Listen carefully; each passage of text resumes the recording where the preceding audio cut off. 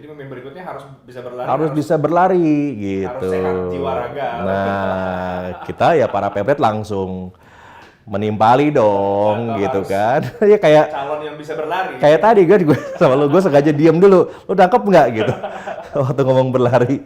Semuanya juga begitu presiden bicara berlari, semuanya diem langsung nanya gitu. Kan boleh kan, presiden jadi juru kampanye boleh kan, yang penting cuti. Yang penting cuti dan tidak menggunakan fasilitas negara. Beliau dengan tegas jawab.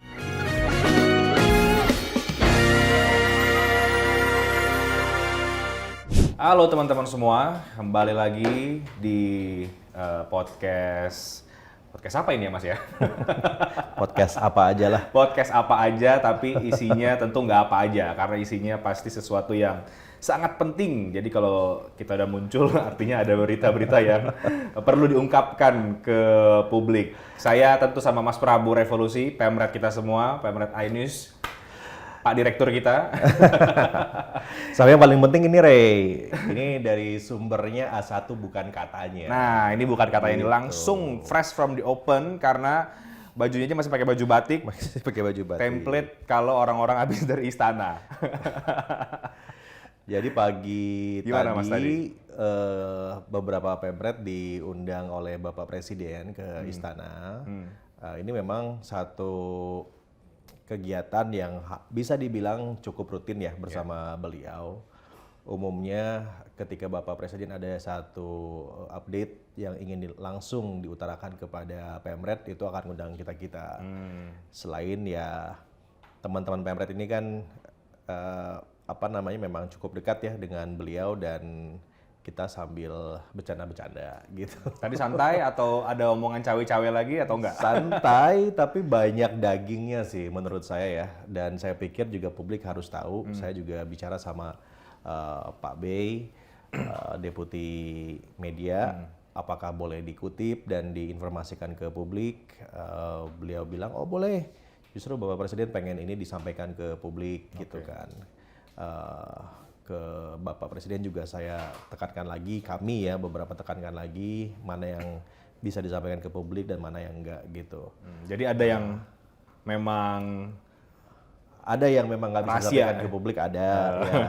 Tapi banyak banget yang bisa disampaikan ke teman-teman semua gitu. Katanya lama tadi ya Mas? Lama lumayan, hampir 2,5 jam ya.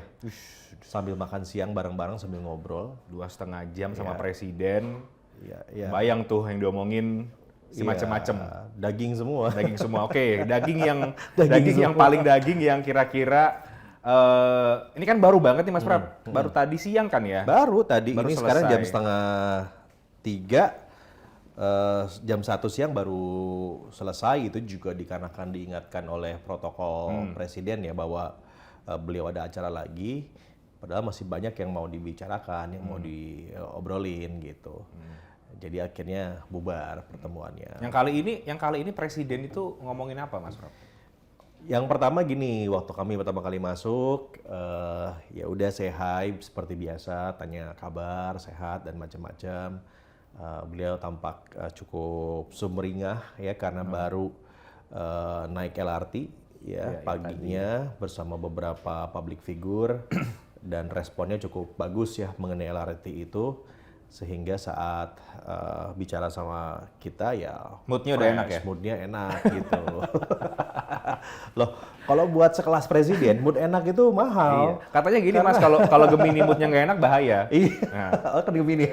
Gemini juga, emang gitu ya? Ya, jadi kalau buat kayak presiden kan mood enak itu penting ya, dan mahal gitu. Dengan segudang urusan yang berat, saya pikir wajar banget kalau presiden ada moodnya yang nggak enak ya. Tapi tadi sangat hangat, sangat intim, seperti biasa banyak cerita, beberapa juga cerita belakang layar, dan ya tadi itu ya ada yang off the record, ada yang on the record, dan juga banyak bercandanya malahan kami ini ya, seperti biasa gitu. Kita diawali dengan berbicara tentang pertumbuhan ekonomi. Ini juga harus sampaikan ke publik juga sih sebetulnya.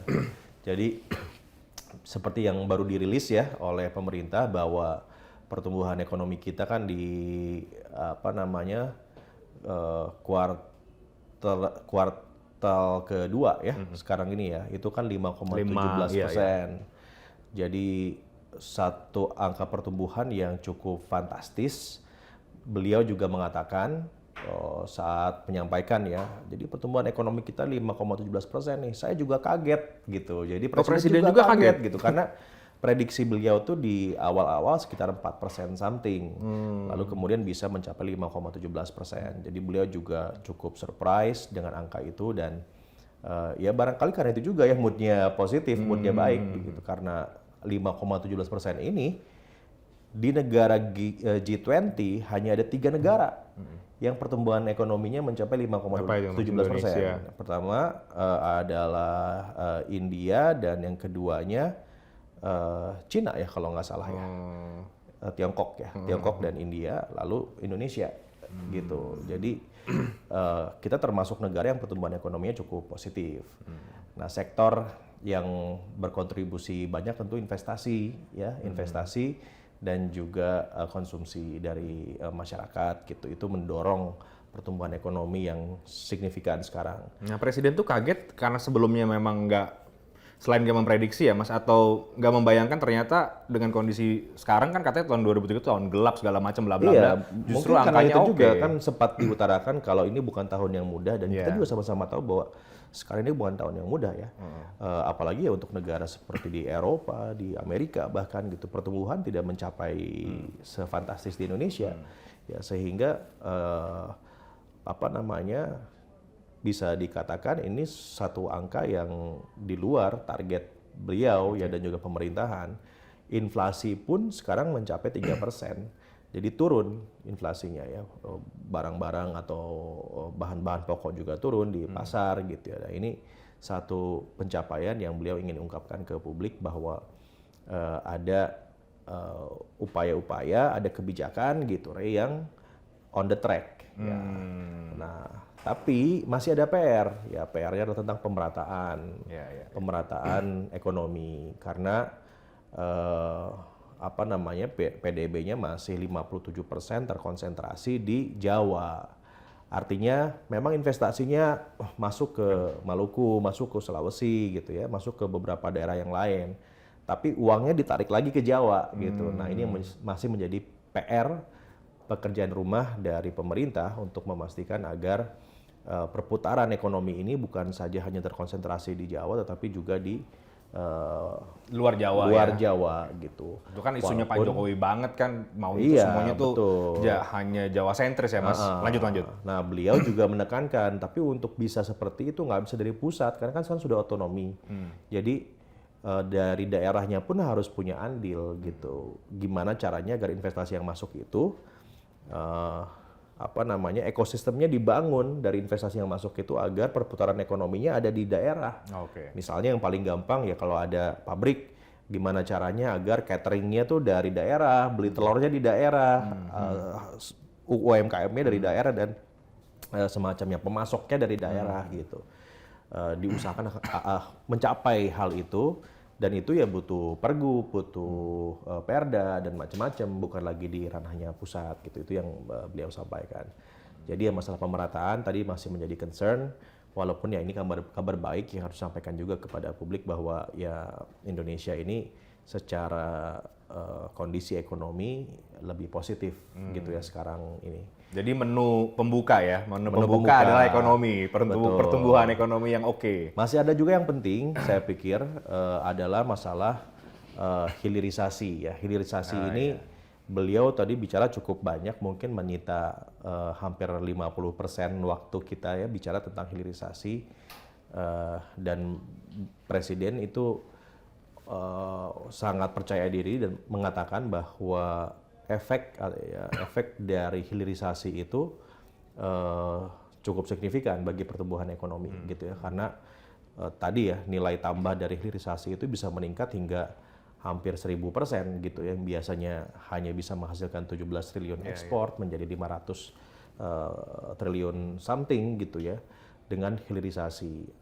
Nikel yang menjadi salah satu yang disebutkan, kemudian juga berikutnya hilirisasi tembaga, Dan juga yang dalam waktu dekat akan diangkat juga oleh beliau adalah hilirisasi rumput laut.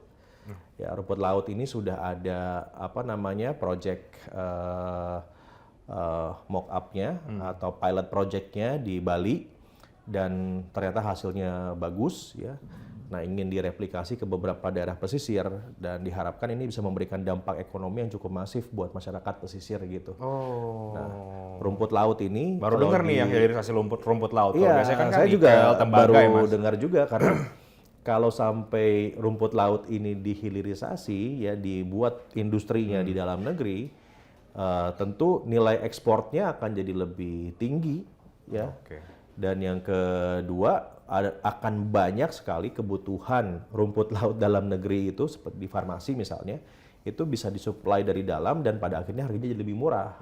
Makanya efeknya bisa multiplier effect gitu dengan hilirisasi rumput laut ya. Nah, ini akan dilakukan dalam waktu dekat katanya begitu oleh Presiden ya. Ya kita sama-sama lihatlah akan seperti apa. Nah, yang penting dari hilirisasi ini adalah sebetulnya kan begini, kita sama-sama tahu bahwa tidak mudah melakukan hilirisasi, Re. Iya. Ya, sekarang ini kan hilirisasi nikel sebagai contoh ini kan mendapatkan perlawanan dari Eropa ya, dan juga Amerika nih. Mereka sudah mengajukan banding sekarang ini kan, dan Indonesia kalah kemarin kan. Mereka minta agar ekspor nikel dibuka, tidak boleh ditutup seperti sekarang ini gitu, dan kita kalah. Tapi Presiden tetap bilang bahwa memang butuh keberanian untuk melakukan hilirisasi ini. Karena tekanannya pasti besar dari dunia ya. Mereka terbiasa dilayani oleh raw materials dari Indonesia. Gitu kan. Lalu mendadak ditutup, harga jadi meningkat, marah, kewalahan juga mereka mendapatkan sumber dayanya. Tapi menurut Presiden bahwa itu adalah hal yang harus dilakukan agar Indonesia itu bisa cepat menjadi negara maju. Kalau tidak melakukan hilirisasi, nggak mungkin kita bisa menjadi negara maju di 10 tahun ke depan. Ya. Jadi kalau misalnya kita tidak melakukan itu, maka kita akan terjebak menjadi negara berpendapatan menengah terus. Ya, perlu ada breakthrough dan keberanian untuk tetap melakukan hilirisasi. Makanya ya, ketika ada hilirisasi nikel, nanti ada tembaga, lalu sekarang juga akan ada rumput laut. Ini yang protes sama kita pasti akan lebih banyak. Ya, Indonesia ini pasti akan lebih banyak ditekan oleh dunia untuk bisa menghentikan kebijakan hilirisasinya. Terus yang dibilang Presiden apa itu? Ini kan berita ekonomi nih, ya teman-teman ekonomi bisa jadi beberapa berita tuh ya.